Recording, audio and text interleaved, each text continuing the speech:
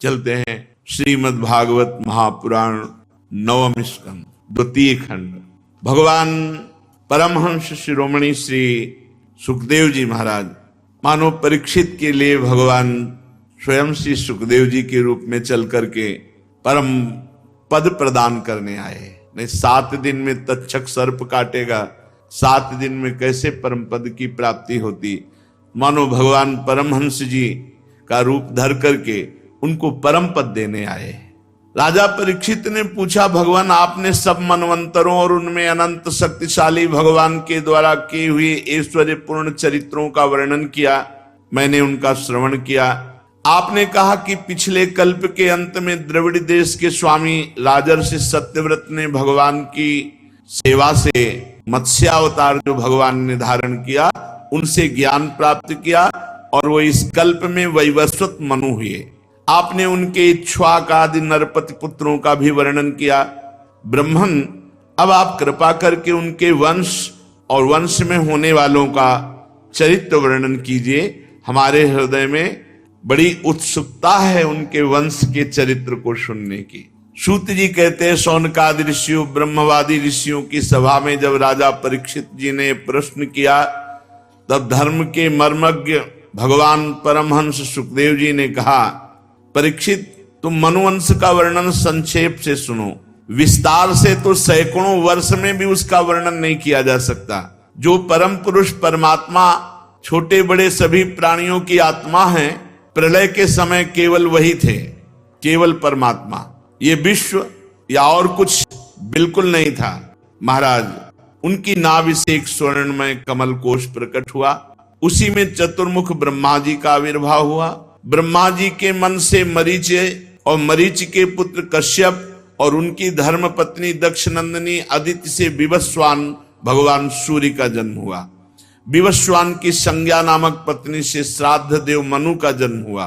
परीक्षित, परम मनस्वी राजा श्राद्ध देव ने अपनी पत्नी श्रद्धा के गर्भ से 10 पुत्र उत्पन्न किए। उनके नाम थे इक्ष्वाक, नृग, शर्याति, दिष्ट, धृष्ट, करुष, नरिष्यंती, प्रसद्ध, नभग और कवि। वैवस्वत मनु पहले संतानहीन थे तो सर्वसमर्थ भगवान वशिष्ठ ने उन्हें संतान प्राप्ति कराने के लिए मित्रावरुण का यज्ञ कराया। यज्ञ के आरंभ में केवल दूध पीकर रहने वाली वैवस्वत मनु की धर्म पत्नी श्रद्धा ने अपने होता के पास जाकर प्रणाम पूर्वक याचना की कि मुझे इस यज्ञ के फल रूप में कन्या चाहिए, और राजा ने संकल्प किया था कि मुझे पुत्र चाहिए। रानी की प्रेरणा हुई कि मुझे कन्या चाहिए। तब अध्वर्यु की प्रेरणा से होता बने हुए ब्राह्मण ने श्रद्धा के कथन का स्मरण करके एकाग्र चित्त से वषट्कार का उच्चारण करते हुए यज्ञ कुंड में आहुति दी। जब होता इस प्रकार विपरीत कर्म किया तब यज्ञ के फलस्वरूप पुत्र के स्थान पर इला नाम की कन्या हुई। उसे देख करके कुछ प्रसन्नता नहीं हुई मनु जी को, क्योंकि उन्होंने संकल्प किया था पुत्र हो। वशिष्ठ जी के पास गए और कहा, भगवान आप लोग ब्रह्मवादी हैं। ब्रह्मवादी का मतलब सत्य वचन। ये कर्म का विपरीत फल कैसे?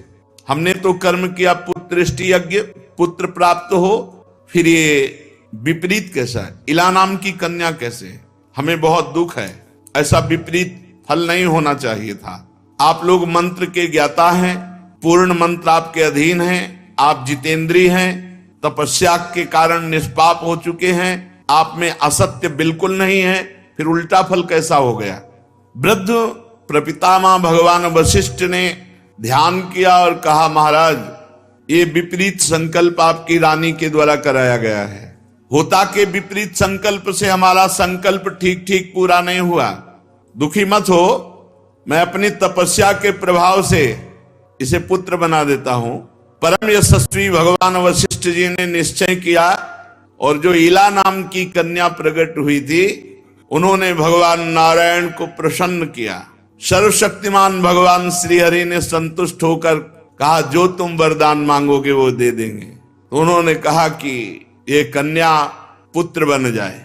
तो तथास्तु भगवान के कहते ही वो इला नाम की कन्या सुद्युम्न नाम के श्रेष्ठ पुरुष के रूप में परिणित हो गई।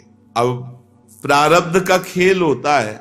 महाराज शुद्युम्न ने एक दिन शिकार खेलने के लिए सिंधु देश के घोड़े पर सवार होकर अपने मंत्रियों के साथ वन में प्रवेश किया और हिरण का पीछा करते हुए उत्तर दिशा में आगे बढ़ गए।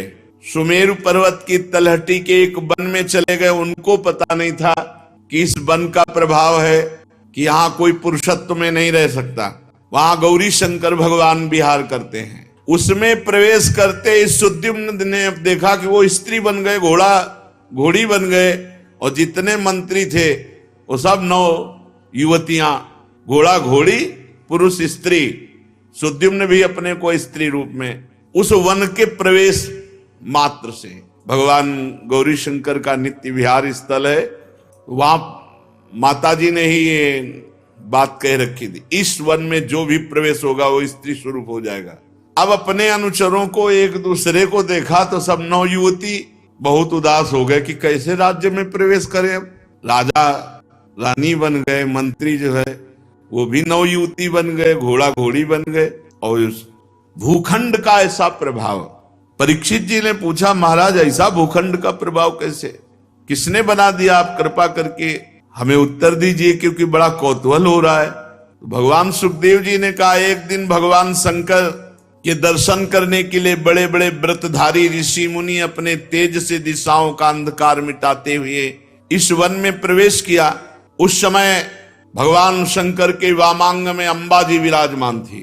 तो ऋषियों को सहसा आया देख करके वो कुछ सकुचा गई और भगवान शंकर की गोद से हट करके अलग विराजमान हुई। ऋषियों ने दूर से ही देखा तो तत्काल भगवान को साष्टांग प्रणाम करके वहां से नर नारायण भगवान के आश्रम पर चले गए। उसी समय भगवान शंकर ने अपनी प्रिया त्रिपुर सुंदरी भगवती अंबिका को प्रसन्न करने के लिए कहा, मेरे सिवा आज के बाद इस वन में जो भी पुरुष प्रवेश करेगा पुरुषलिंग, वो तत्काल स्त्रीलिंग हो जाएगा।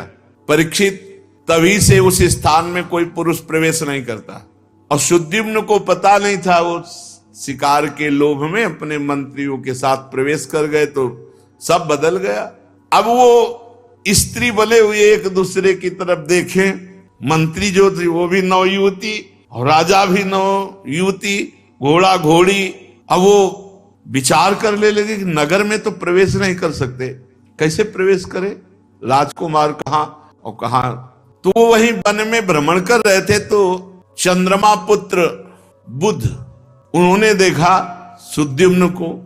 वो तो जानते नहीं थे कि सुद्युम्न है, सुंदर स्त्री, मित्रता हो गई।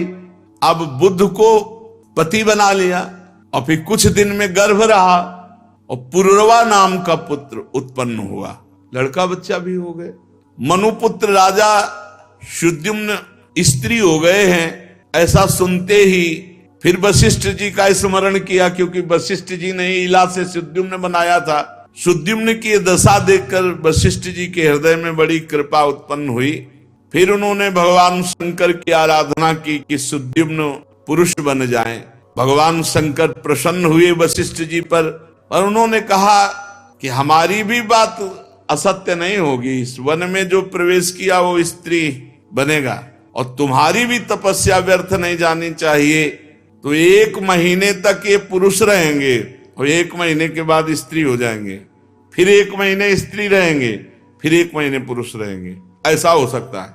सुद्युम्न इस प्रकार राज्य का पालन कर सकते हैं। वशिष्ठ जी के अनुग्रह से व्यवस्था पुष्ट हुई, पुत्र हो चुके हैं पुरुरवा, ये आगे चलकर चक्रवर्ती सम्राट महाराज पुरुरवा। जो ही महीना पूरा हुआ सो पुरुष हो गए, तब वो अपने राज्य में आए।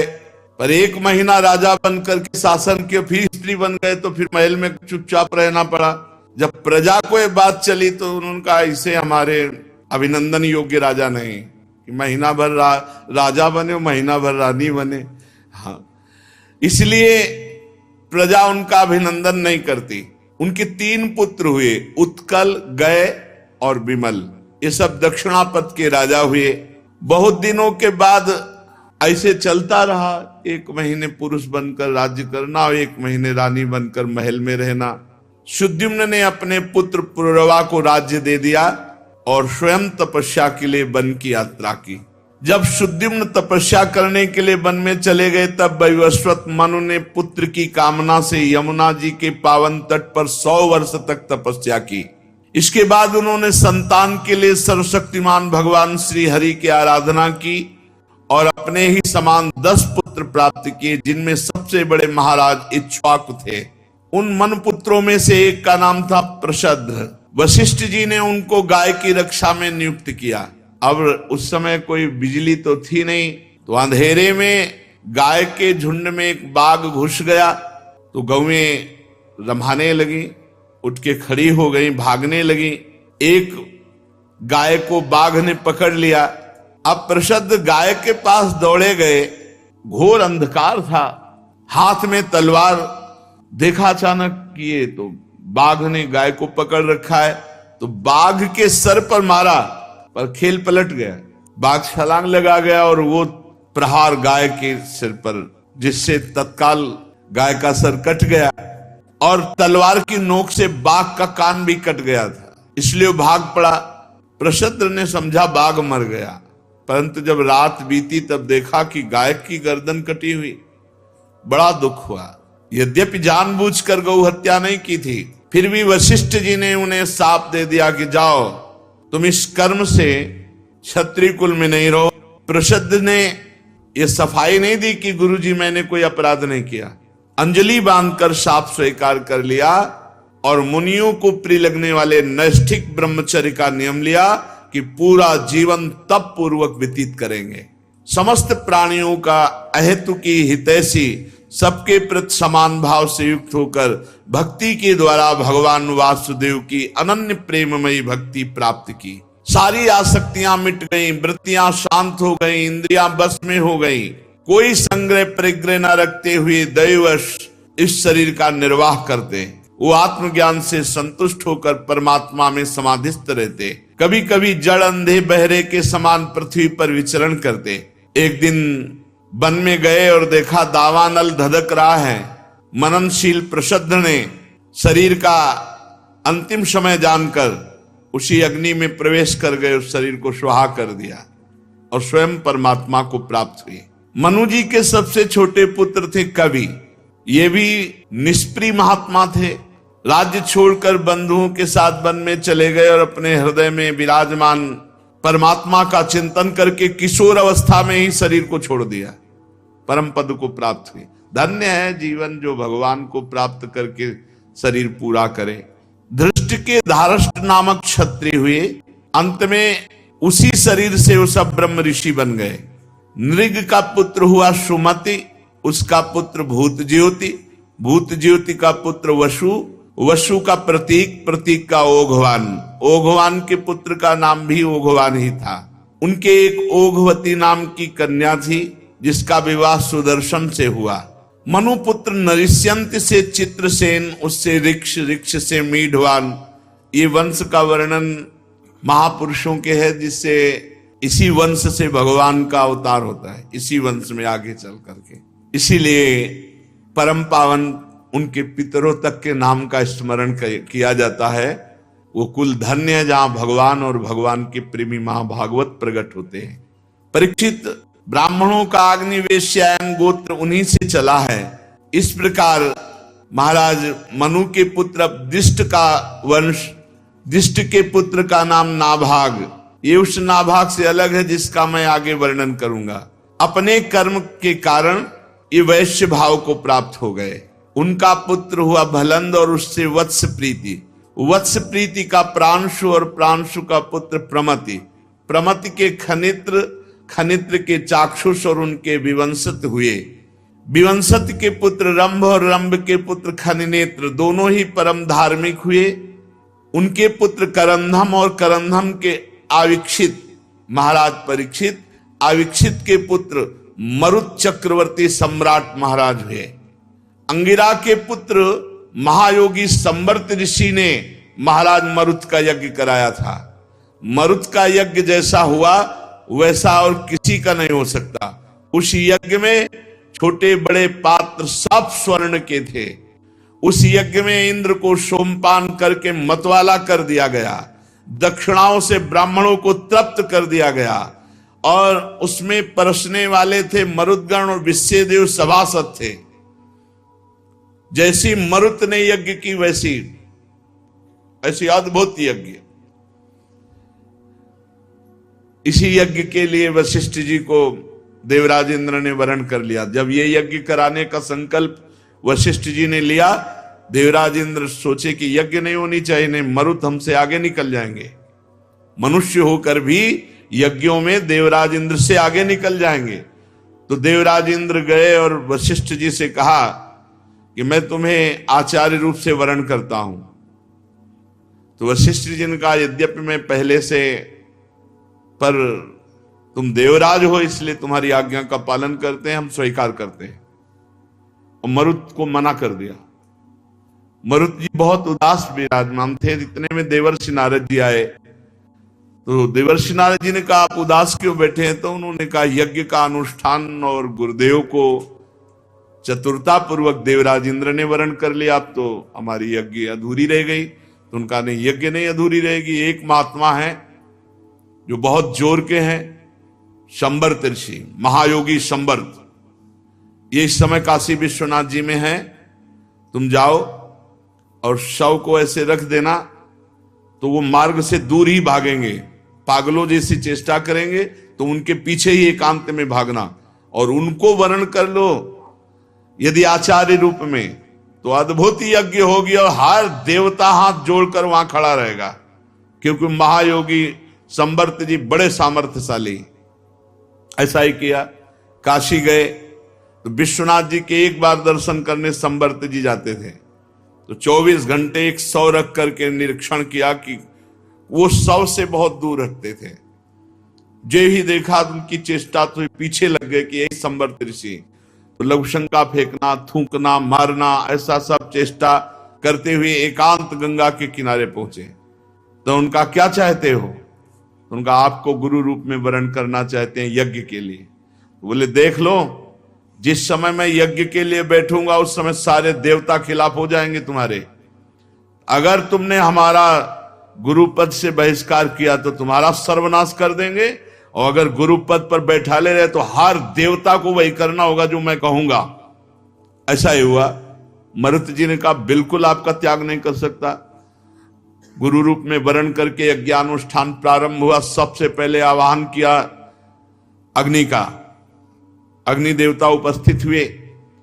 अग्नि ने कहा कि हम किसी भी देवता की आहुति नहीं पहुंचा सकते, क्योंकि देवराज इंद्र की ऐसी इच्छा है।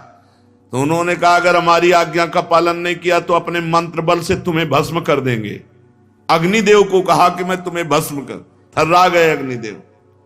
देवराज इंद्र से कहा कि हमें आहुतियां पहुंचानी ही पड़ेंगी, वो इतने जबरदस्त महात्मा है संवर्त ऋषि।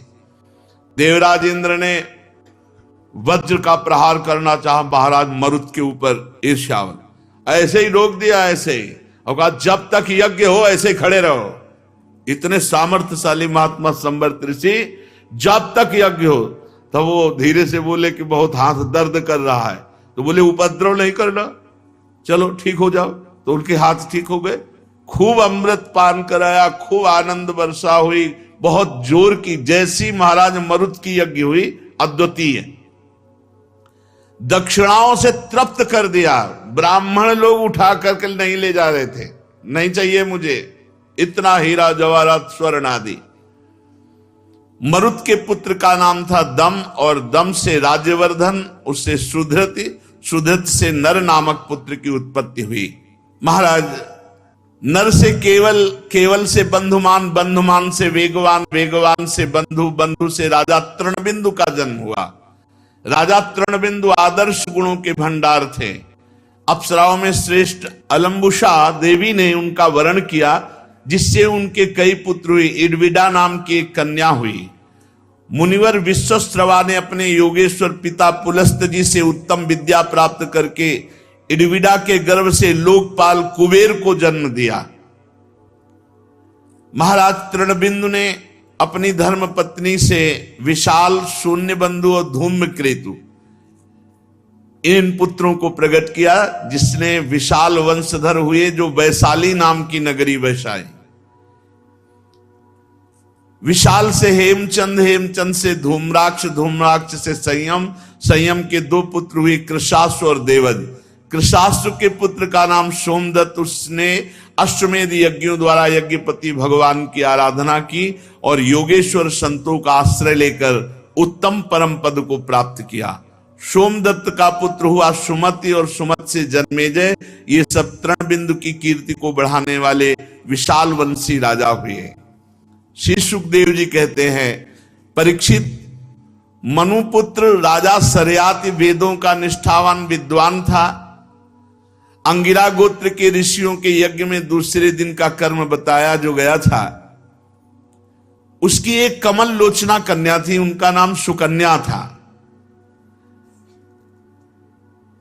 एक दिन राजा सरयाति अपनी कन्या को लेकर च्यवन ऋषि जी के आश्रम पर भ्रमण कर रहे थे और सुकन्या अपनी सखियों के साथ वन में घूम घूम करके वृक्षों का, वन का सौंदर्य देख रही थी। तो एक जगह देखा कि बांबी और उसमें दो ज्योतियां चमक रही। उसने सोचा कोई ये ऐसी धातु है, तो दो कांटे लेकर के उन ज्योतियों में ऐसे समझा कि निकाल लें इनको। और वो च्यवन ऋषि बैठे हुए थे तपस्या में, केवल आंखें खुली थी, दोनों कांटे आंखों में। दैवी की प्रेरणा।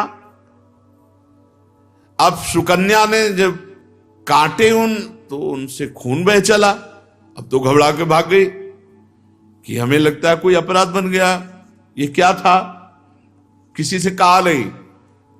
अब च्यवन ऋषि ने पूरे सेना, राजा, सबके मलमूत्र बंद कर दिए। ना लघु शंका न सोच, सब बंद। अब मलमूत्र रुक जाने के कारण सबको परेशानी, सब एक दूसरे से। फिर सैनिकों ने कहा, तब राजा ने कहा यही दशा तो हमारी भी है। तो बोले इसका मतलब कोई अपराध बन गया यहां। राजा ने कहा च्यवन ऋषि का आश्रम है, किसी से कोई अपराध बना? तो जो सुकन्या थी वो धीरे से कहा कि हमें लगता है हमसे अपराध बन गया, क्योंकि एक दीमक में दो ज्योतियां चमक रही थी, तो उसको निकालने के लिए हमने कांटे का प्रयोग किया, उससे खून बना रहे। बोले दीमक नहीं, वो च्यवन ऋषि थे। चलो नजदीक ले गए, प्रार्थना की, महाराज क्षमा करो, इस कन्या को कुछ पता नहीं था। च्यवन ऋषि ने कहा हम तभी क्षमा करेंगे जब कन्या हमको दे दोगे। अपनी कन्या दो। आवाज बांबी से हट, यही भगवान की बहुत विचित्र लीला है।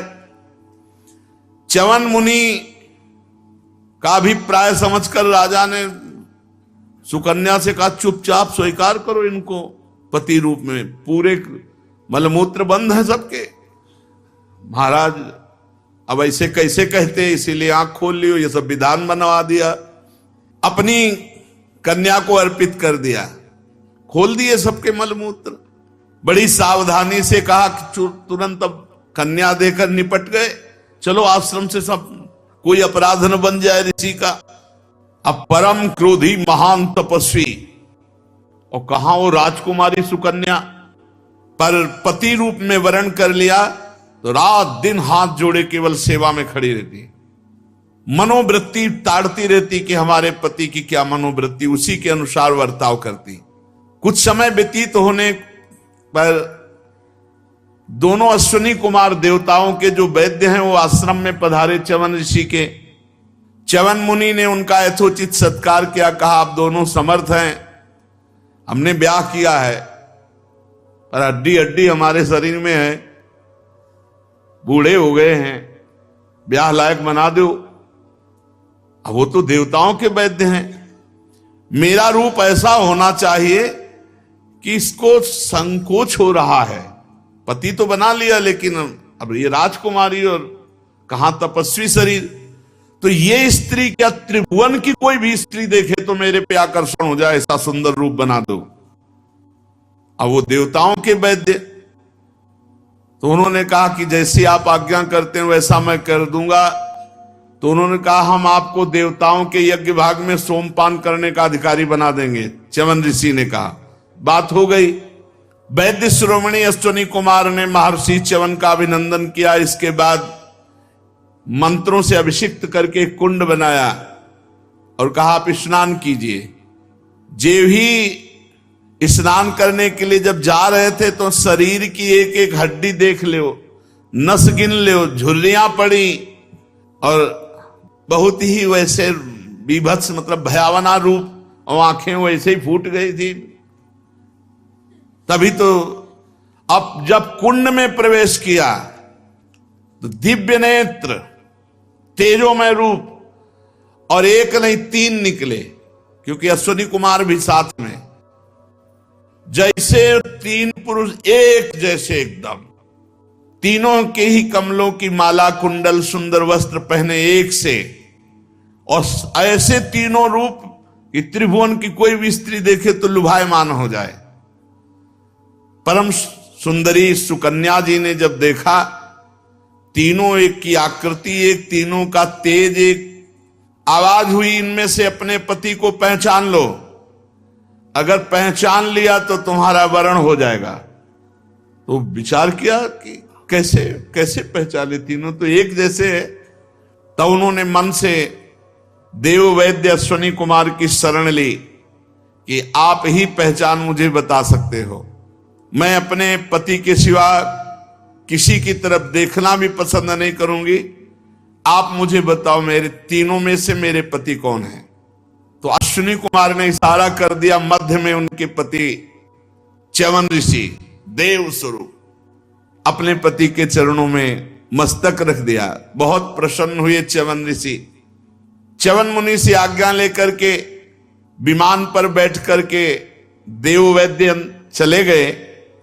उसी समय राजा सरियात च्यवन मुनि के आश्रम पर आए और वहां उन्होंने देखा कि एक तेजस्वी देव पुरुष की सेवा कर रही सुकन्या। सुकन्या ने देखा पिताश्री आए तो दौड़कर प्रणाम किया। उन्होंने कहा, दूर दुष्टे, मैं कभी ऐसा नहीं सोच सकता था कि मेरी ऐसी संतान हो सकती है जो ब्रह्म ऋषि का त्याग करके किसी जवान देव पुरुष की आराधना कर रही। तूने महामुनि च्यवन को धोखा दे दिया, उन्हें बूढ़ा समझकर, उन्हें अरूपवान समझकर तू किसी और पुरुष की सेवा कर रही। तेरा जन्म ऐसे कुल में नहीं हुआ जैसे तेरे आचरण है। ये उल्टी बुद्धि तेरे को कैसे प्राप्त हो गई? तेरा ये व्यवहार मेरे कुल में कलंक लगाने वाला। अरे हरि हरि, तू निर्लज्ज हो गई है। तू पिता और पति दोनों के वंश को नरक में ले जाने वाली है। तो सुकन्या मुस्कुरा दिए और बोले, पिताश्री, मैं किसी और के समीप नहीं हूं, ये आपके जामाता स्वयं भृगुनंदन महर्षि च्यवन जी ही हैं। ये सब देव वैद्य अश्विनी कुमार का चमत्कार है कि आपके बूढ़े दामाद जवान होकर के विराजमान हैं। महर्षि च्यवन सौंदर्य और यौवन प्राप्त कर चुके हैं। सरियाती अत्यंत विस्मित हुए और कहा, क्षमा करो पुत्री, मैंने गलत भाव से तुम्हें देखा, गले से लगा लिया। महर्षि च्यवन ने सरियात से सोम यज्ञ का अनुष्ठान कराया और सोमपान के अधिकारी ना होने पर भी अपने तपस्या के प्रभाव से अश्विनी कुमारों को सोमपान कराया। इंद्र बहुत जल्दी क्रोध कर बैठते हैं, इसलिए उनसे सहा न गया। उन्होंने चिढ़कर सरियात को मारने के लिए वज्र उठाया तो च्यवन ऋषि ने स्तंभ विद्या के द्वारा उनका हाथ सहित वही शरीर स्तंभ कर दिया। तब देवराज इंद्र ने अश्विनी कुमार को सोम का भाग देना स्वीकार कर लिया। उन लोगों ने वैद्य होने के कारण अश्विनी कुमारों का सोमपान से बहिष्कार कर रखा था। परीक्षित, सरियात के 3 पुत्र थे, उत्तानबर्ह, आनर्त और भूरिसेन। आनर्त से रैवत हुए। महाराज रैवत ने समुद्र के भीतर कुशस्थली नाम की एक नगरी बसाई थी। उसी में रहकर वे आनर्त आदि देशों का राज्य करते थे। उनके 100 श्रेष्ठ पुत्र थे, जिनमें सबसे बड़े थे कुकुदमी। कुकुदमी अपनी कन्या रेवती को लेकर के परेशान रहते थे कि कौन सा दूल्हा वरण करें। 2-4 जगह दूल्हा देखा तो उन्होंने कहा, चलो ब्रह्मा जी से पूछ लेते हैं चल के कि कौन सा भाग्य में दूल्हा रचा, कहां इधर उधर भटके। तो ऐसे कुकुदमी महायोगी थे कि अपनी पुत्री को लेकर के ब्रह्मलोक में, वो ब्रह्मलोक में उस समय थोड़ा गाना बजाना चल रहा था, गंधर्व गा रहे थे, अप्सराएं नृत्य कर रही थी, तो वो भी उतनी देर वहां चुप रहे जितनी देर नृत्य और गान हुआ। इसके बाद सब ब्रह्मा जी को नमस्कार करके उत्सव में जो आए हुए थे जाने लगे। तो ब्रह्मा जी को जब नमस्कार करने को कुकुदमी, तो ब्रह्मा जी ने कहा कि कैसे आगमन हुआ। तो उन्होंने बताया कि 2-4 लड़के देखे थे रेवती के लिए, पर हमारी समझ में नहीं आ रहा था कौन लड़का, तो हम कहा आप ही से पूछ ले चल के, तो आपने भाग्य में कौन सा लड़का लिखा है। तो ब्रह्मा जी बहुत जोर हंसे और हंसकर कहा महाराज तुमने जिन लड़कों की बात की है उनकी कुल परंपरा नष्ट हो गई।